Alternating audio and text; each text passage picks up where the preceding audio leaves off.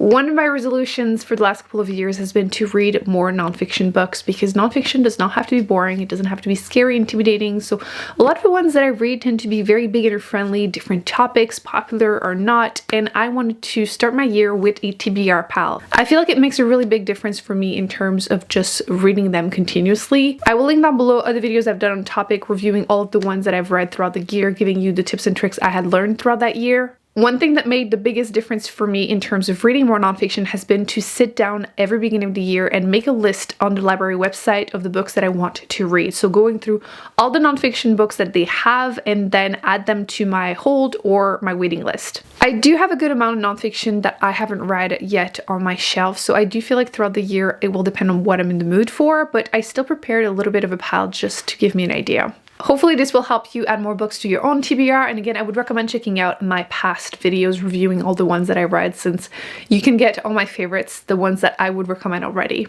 I know people talk about spring cleaning a lot, but for me, it's usually as soon as the new year is here.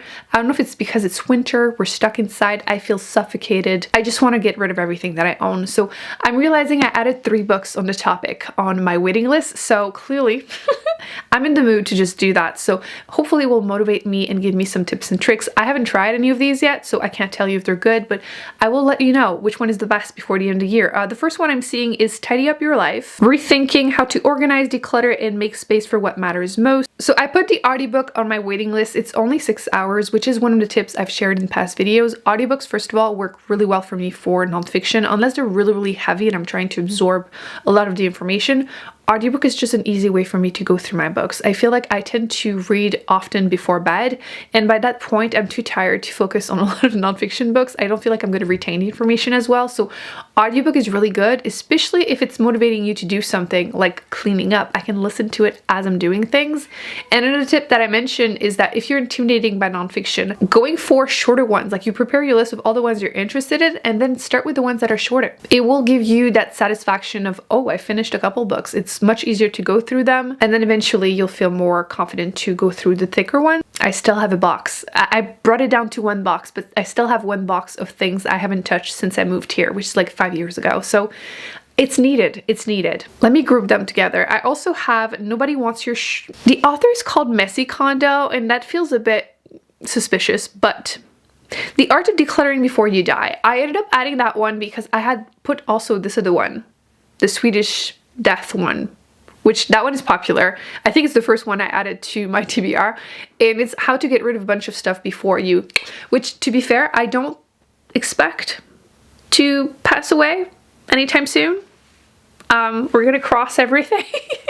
But I think it's a really interesting topic. I feel like a lot of people my age start looking at our parents and you're like, oh no, you're a hoarder. I will be stuck with everything. Luckily, it's not my case, but I have a lot of friends that look at their parents and like worried that they're gonna have to go through their houses full of stuff. Like, nobody wants your china. Like your little like crystal, like it's not a nice collection that I can sell and make money. Nobody wants it. Like nobody even wants the cabinet it's in. Like these things are so big, we don't have the space for it. Anyway, so I thought it was an interesting topic to explore. Maybe after reading them I can recommend them. I don't like recommending books without trying them, so I wanted to try these ones, especially that last one because it's so popular, and maybe I can recommend it to some friends for their parents.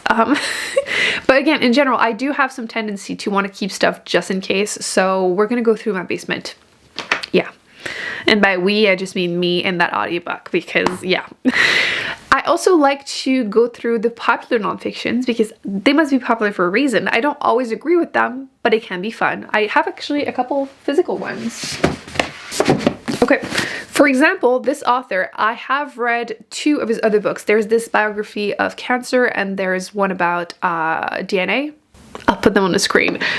This one is The Song of the Cell, an exploration of medicine and the new human, which I'm intrigued. I also put this one as an audiobook on my waiting list at the library because I like to flip-flop. I've done that with all of his books so far, and I feel like it's just easier to like sometimes even listen while I'm reading, but I feel like his books are just naturally easy to follow as audiobooks. But again, I already own this one as a copy. I've liked 2 of his other books, so why not try his newest release? I'll keep you updated, but I get sucked into the hype. I do want to know if I will agree with the popular opinion. One of the ones that a lot of you recommended to me that I also also have the audiobook on the waiting list, and the physical copy is Entangled Life: How Fungi Makes Our World, Change Our Mind, and Shape Our Futures.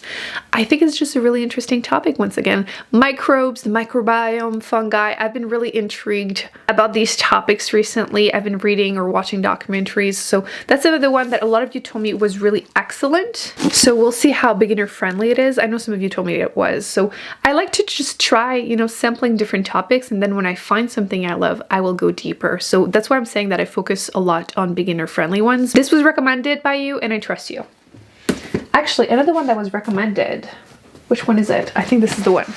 Another one that was recommended was this one. This is The Soul of an Octopus, a surprising exploration into wonder consciousness, which I bought due to your recommendation. I bought it used like most of my books, and I remembered that a lot of you had mentioned it, and even since a lot of you have mentioned it, not knowing I already own this. I don't 100% remember what this one was about. I think it was a mix about, yes, it talks about octopi. Do you say octopi? Octopuses? English is not my first language. But it kind of goes into that topic, a little bit of a memoir about the author, and then also just consciousness in general. In the last couple of years, I've read a couple books, sci-fi books, that have octopuses as characters, so I just wanted to read more about the topic just for fun. So never thought I would say that, but here we are. Since we're talking about animals, let's continue. I do have An Immense World: How Animal Senses Reveal the Hidden Realm Around Us. I just finished another book by the author and I did enjoy it, so I thought, you know what, might as well continue. This one I have seen also on lists of like new releases for nonfiction that, you know, people are enjoying, so I just wanted to continue on the topic, and it's also an audiobook from the library, so that should be a fun one to go through. I have a couple that are also health related. A couple years ago I went through a phase where I read every single like healthcare or misogyny and healthcare books I could find, and I still have a couple on my shelf that I have yet to get to. So the first one is Doing Harm: The Truth About How Bad Medicine and Lazy Science Leaves Women Dismissed, Misdiagnosed, and Sick. So definitely hit close to home. I've heard nothing but praises, but it's been on my shelf for a couple of years, so maybe 2025 will be the year I go back to this. I also have this one that is quite short, but I expect it to be super impactful. This is Medical Bondage: Race, Gender, and the Origin of American Gynecology, which, if you don't know the history of gynecology, I don't know a lot. That's why I wanted to go more into it. But what I do know is horrifying. Basically, Dr. Sims is often described as the father of gynecology, and then when you learn more of how he made this discovery, basically black women, slaves, torture, really, it's horrifying. Also, I would recommend, or maybe not, to Google what chainsaws were created for. Yeah. So I wanted to learn more on a topic. I had seen videos of the author. I think she's a teacher, professor. Yes, so she wrote the book. It's like 125 pages, but again, I expect that it's going to take me a while to go through. And one of my tips to go through these more difficult or more like knowledge heavy nonfiction is to read just a couple pages every day. Like, you don't have to read 100 pages in a day. So I think I might try to do that with this one. It doesn't seem to have like short chapters. Often they do. And again, that's an easy one to just read a couple pages. But I think this one is going to be one that I do that with because I can't read that in one go. I am currently listening to the audiobook Ultra Processed People: Why We Can't Stop Eating Food That Isn't Food. That was also recommended by some of you in the comment section, and I think it's really interesting. I'm not here to promote any kind of diet. I can't stand that, so I'm not going to. But I am intrigued about these kind of topics. Interesting topic. We'll see how I feel by the time I'm at the end, but so far so good. And I don't remember if it was in this book or somewhere else I got that recommendation for the next one, which is How Not to Die. I feel like the title plus the cover, they don't match. This one is also about how premature death could be prevented by different diet and lifestyle. So again, not going to promote anything. I just wanted to read more on a topic because I think it's interesting. I've mentioned that I had some health issues, and I've jokingly said I had tummy issues, but I'm feeling better. So I feel like diet in general and lifestyle has been something that's important to me. So I just want to read more about the topic. I also like to try nonfiction on topics I don't know a lot and I want to inform myself. So I did put my name on the waiting list for Living Disability: Building Accessible Futures for Everybody. I don't know yet if I'm going to enjoy it or not. I'm saying that because I have a couple of nonfictions I've tried earlier this year as the year was beginning, and I couldn't finish them. So don't consider this a recommendation. I'm just letting you know this is my TBR. I'm going to try it and let you know how it goes. But I wanted to learn more about disability, and I feel like it's an important topic to learn more about. I also have The Message that I wanted to try. This one is only 5 hours, and I did read in 2024 another book by the author, and I wanted to read more by him. I have seen him in interview and he's great, so I will be reading that one or listening to that one. An author that was also recommended to me, and I've seen him on interviews, wrote a couple books including When the Body Says No, The Cost of Hidden Stress. So I just wanted to try something by him. I don't know if it's the best way to start or not, but my library had the audiobook, so I put my name on the waiting list. I also added The Knowing, which I am Canadian and I feel like we learn absolutely nothing about Native people. Like nothing in school, so I thought it would be interesting to learn more about the topic. I also expect that this is going to be harder to go through, but audiobook might be the best way for me to do that. Not everything needs to be very heavy and depressing. So I do have some books physically that I am looking forward to. I was mentioning how I like to sample different topics and then, you know, go into more depth if I'm interested. So I have a few. The first one, a bit more random. This is about dictionary. It's called Word by Word, The Secret Life of Dictionaries. I don't know how heavy this one is going to be because from the back it seems like it's going to go a bit lighter than you would expect. Like it's not super serious, which I think is going to be key in terms of like enjoying myself with this one. But I thought that was a fun topic. I have other ones actually about like the English language on my shelves. English is not my first language, so I feel like it could be fun to learn about the topic. I do have The Edge of the Sea. The book is exactly what you would think it is about. The author helps you identify plants and animals when you're looking at them, so I didn't want to have the audiobook for this one. I feel like having the physical copy is key so you can see the pictures. So I don't know if this is going to be something I enjoy or not, but I believe the author is I don't know if the author is like a marine biologist or not, but I feel that's something a lot of us wanted to be as a kid, but that's another thing I wanted to try, see if that works for me or not. I have 2 books from this author that I've seen going around. The first one is Bullshit Jobs, and you can see I did try it, but I was dealing with brain fog. I couldn't focus, so we're going to try it again. And this one is about what the author calls bullshit jobs. So basically in modern society, we're so advanced that we started creating these like fake jobs, and like, you know yourself as you're working that job that you're not doing anything that is like worth it. Like not everyone can be a nurse, you know?